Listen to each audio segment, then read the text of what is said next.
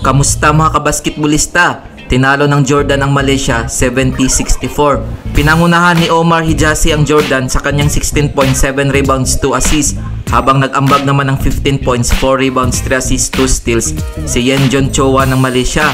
Pasok na sa quarterfinals ang bansang Jordan. Panalo naman ng Iran matapos tambakan ng 30 points ang Lebanon, 83-53. Nagtala ng 18 points, 2 rebounds, 1 assist, 2 steals, 2 blocks si Benjamin Muhammadi ng Iran. Para naman sa natalong Lebanon, Ralph Iskandar 16 points, 5 rebounds, 1 assist, 1 steal, 1 block. Pasok na rin sa quarterfinals ang bansang Iran. Kung umabot ka dito sa video na to, mag-like na at subscribe. Wagi naman ang Qatar kontra sa India, 87-84. Pinangunahan ni Abdullah Musa ang Qatar sa kanyang 31 points, 3 rebounds, 2 assists, 3 steals. Habang nag-ambag naman ng tig 23 points sina Loki Sharma at Lavish para sa bansang India. Pasok na rin sa quarterfinals ang Batang Gilas matapos tambakan ng South Korea 95-71.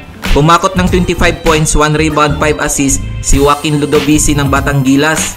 Habang nag-ambag naman ng 17 points, 4 rebounds, 7 assists, 2 steals si Kurt Nathan Velasquez.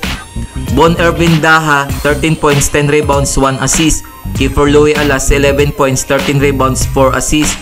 Klitz David Amos 10 points, 3 rebounds. Para naman sa natalong South Korea, Daniel Ede 18 points, 12 rebounds, 4 assists, 1 steal, 2 blocks. Heto naman ang mga laro ngayong September 22, 2023 para sa quarterfinals na gaganapin sa Al Garrafah Sports Club Multipurpose Doha, Qatar. Maghaharap ang Australia at Jordan alas 5:30 ng hapon. Magtutuos naman ang China at Iran alas 7:30 ng gabi. Maglalaban din ang New Zealand at Qatar alas 10 ng gabi. Sa September 23, 2023, magtutuos naman ang Japan at Batang Gilas Pilipinas alas 12:30 ng madaling araw. Kung nagustuhan mo ang video na to, mag-like na at subscribe.